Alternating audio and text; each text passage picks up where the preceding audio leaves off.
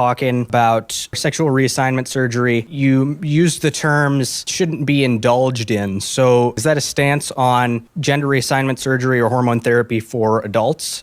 Would you be against those? Yes, absolutely I would be. People who have this condition of gender confusion have much higher rates of anxiety, of depression, of suicide.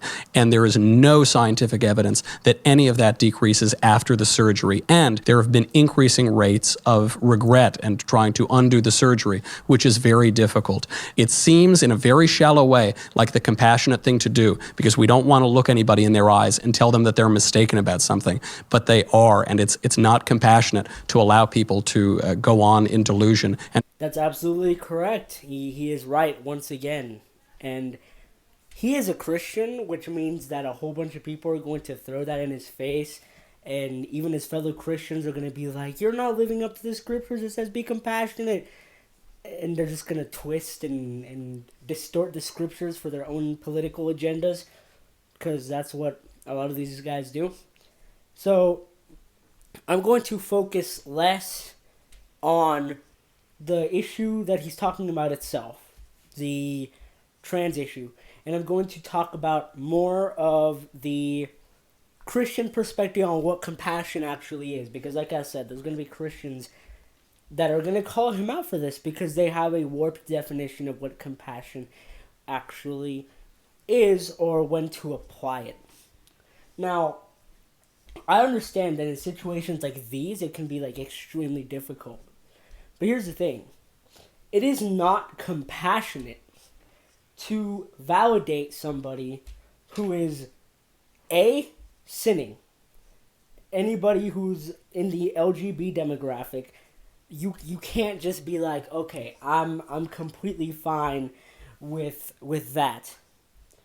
Or B, harming themselves actively and living a lie, which is the T part of the demographic.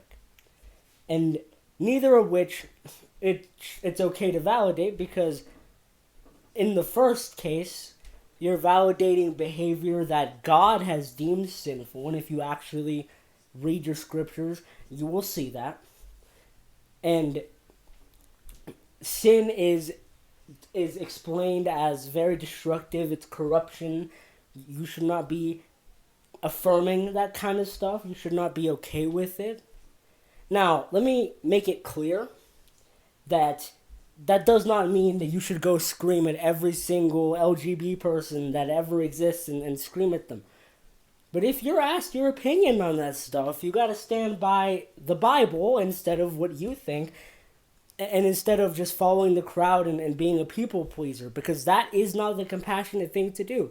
It is not compassionate. It is not good to affirm somebody's sin and say it's fine. It just is not. You should not do that.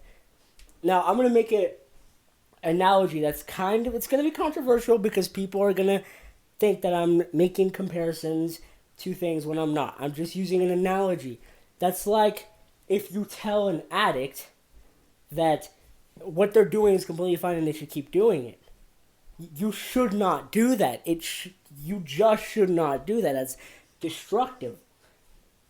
And that analogy actually fits perfectly with the second point about harming yourself and living a lie, which is what these guys do. It is not compassionate to affirm either of these things. It is more compassionate to affirm the truth.